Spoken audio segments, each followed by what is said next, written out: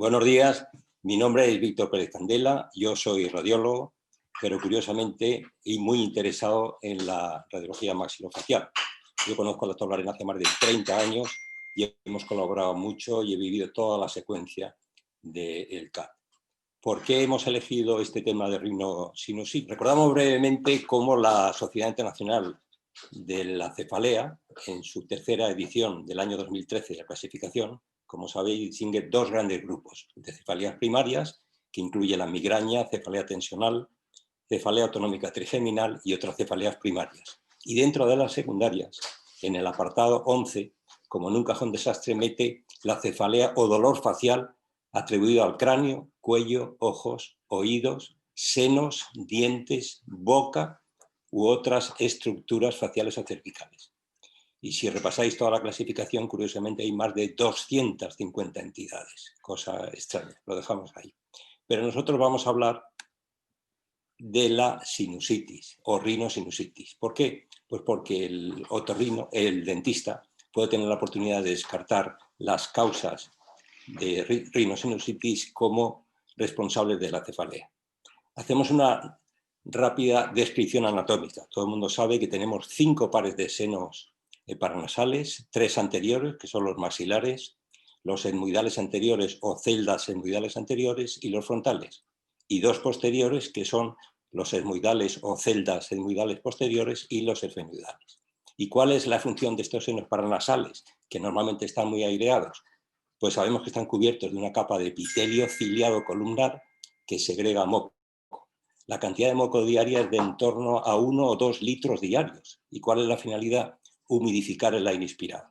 Sabemos que el aire que a través de las fosas nasales va a ingresar en los pulmones tiene que estar calentado por la rica vascularización de la mucosa, además está humidificado y previamente filtrado por esas vibrisas o peleos que hay a la entrada de las fosas nasales. O sea que la función principal, repito, de los senos es humidificar, pero esa secreción puede alterarse en cuanto a su drenaje. Y aquí tenemos un corte coronal anatómico para que veamos un poco cómo drenan los senos paranasales.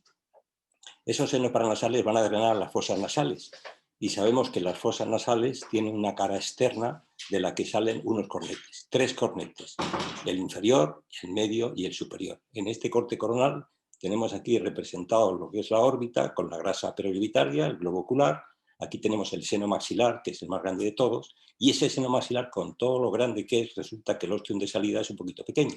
Pero además se complica porque hay un proceso uncinado que le va a llevar ese moco que segrega o esa cantidad hacia una zona donde al mismo tiempo que estamos en el cornete medio, porque recordamos que al cornete inferior va a drenar exclusivamente el conducto nasolacrimal, todas las lágrimas del ojo van a pasar a drenar al cornete inferior por medio de ese conducto nasolacrimal, y al cornete medio vamos a tener los senos maxilares, los senos frontales, que en este corte no se ve porque sería más anterior, y los senos etmoidales. Y curiosamente, aquí hay una zona más o menos conflictiva, representada aquí en el lado izquierdo, que es lo que se llama el hiato semilunar. Y a ese hiato semilunar, repito, van a converger el drenaje de los senos maxilares, frontales y etmoidales. Por eso, cuando se obstruye, generalmente por edema de mucosa u otras causas, esta zona de aquí, vamos a tener sinusitis maxilar, frontal y etmoidal al mismo tiempo.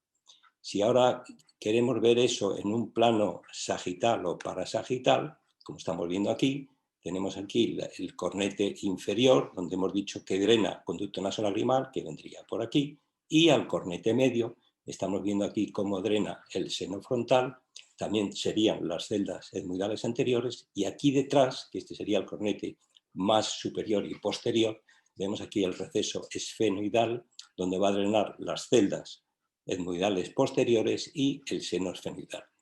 Y una forma más representativa, esta que tenemos aquí, otro corte lateral donde se han seccionado los cornetes para que veamos cómo drena el seno frontal. Este sería el cornete medio, recordamos que al cornete inferior va el conducto nasolagrimal, y bien, a este cornete medio tendríamos el orificio del seno maxilar, el orificio del frontales y los etmoidales anteriores que no están representados aquí.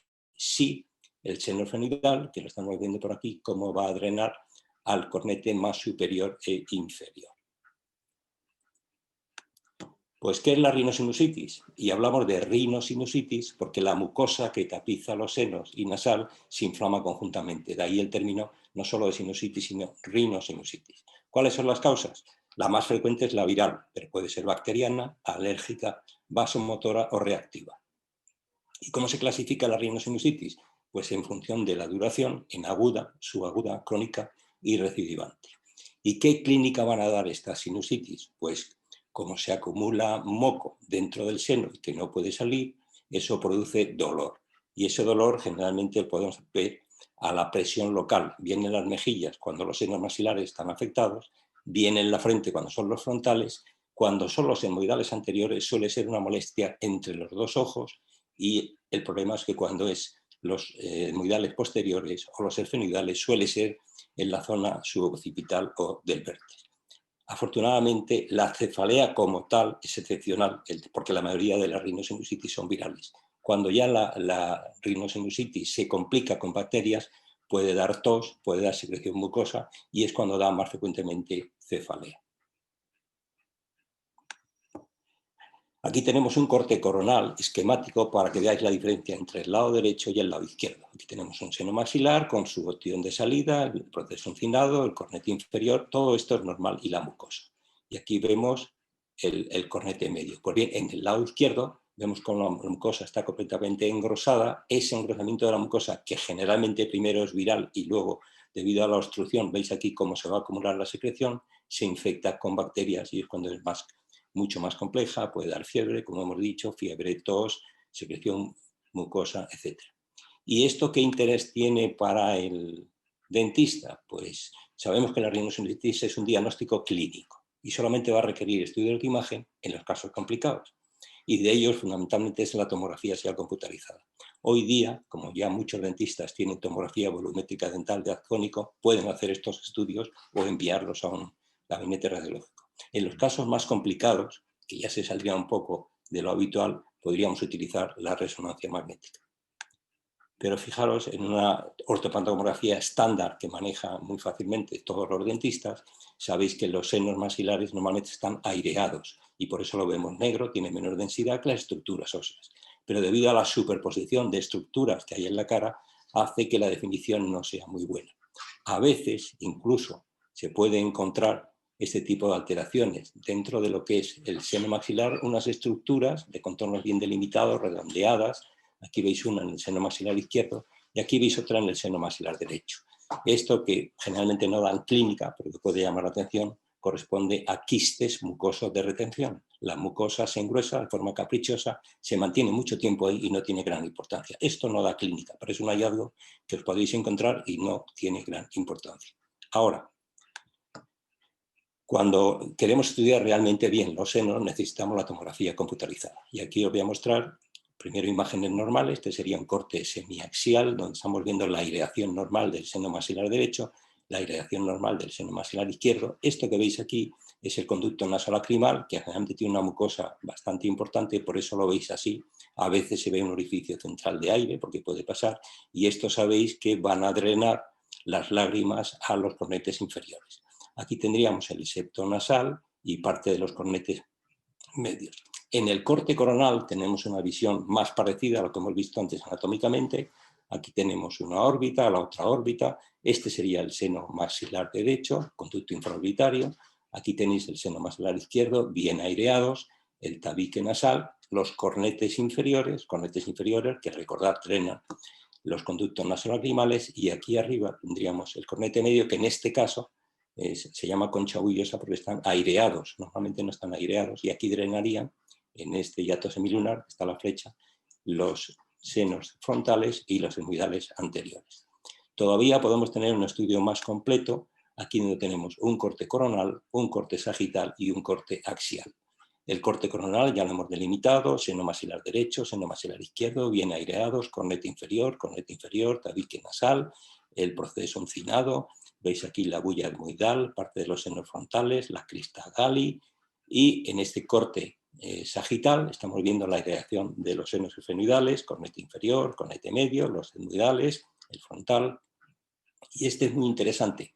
Fijaros este corte axial, donde estamos viendo la aireación normal de los senos esfenoidales, tanto celdas anteriores como posteriores y los esfenoidales. Y fijaros curiosamente cómo la pared externa de los senos e interna de las órbitas es tremendamente fina, la lámina paperácea, y procesos inflamatorios podrían extenderse hacia las órbitas. Hasta ahora estamos viendo situaciones normales. Pero ¿qué pasa cuando se produce una obstrucción y se acumula líquido? Pues nos encontramos con esta situación que veis aquí. Estáis viendo un seno maxilar que tiene un nivel de líquido, por eso tiene más densidad, junto con aire.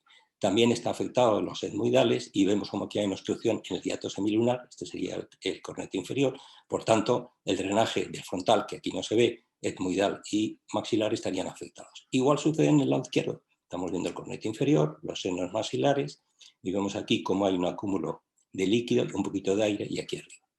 Esta es otra situación que veíamos antes, que podéis encontrar, como hemos dicho, en las ortopantomografías, los quistes mucosos de retención. Estáis viendo aquí un seno maxilar completamente aireado normal, cornete inferior, y en el lado izquierdo veis una estructura convexa, bien delimitada, con densidad homogénea, que en el corte axial veis que está rodeado de aire. Este es un quiste mucoso de retención que podréis encontrar y no le deis importancia porque no la tiene mucho. Aquí tenemos otra situación en la que tenéis un seno maxilar con líquido, aire en la parte superior. En el lado izquierdo, aquí fundamentalmente lo que hay es un engrosamiento de la mucosa. Veis que hay esta zona, cornete inferior, y este es un corte un poco más posterior, donde estamos viendo cómo el seno esfenoidal izquierdo, que es un poco asimétrico, está afectado y el seno esfenoidal derecho también está afectado. Pero hay un detalle importante que tenéis que tener en cuenta, y es cuando os encontráis que el tabique nasal está desviado y forma espolones. Fijaros aquí en este corte coronal de aquí arriba, estáis viendo seno maxilar derecho, bien aireado, seno maxilar izquierdo, veis aquí el cornete inferior, cornete medio, ¿y qué sucede en el lado derecho? Pues que el tabique, veis por aquí, está completamente desviado hacia la derecha y forma un espolón. En este otro caso de aquí lo mismo, pero hacia el lado izquierdo.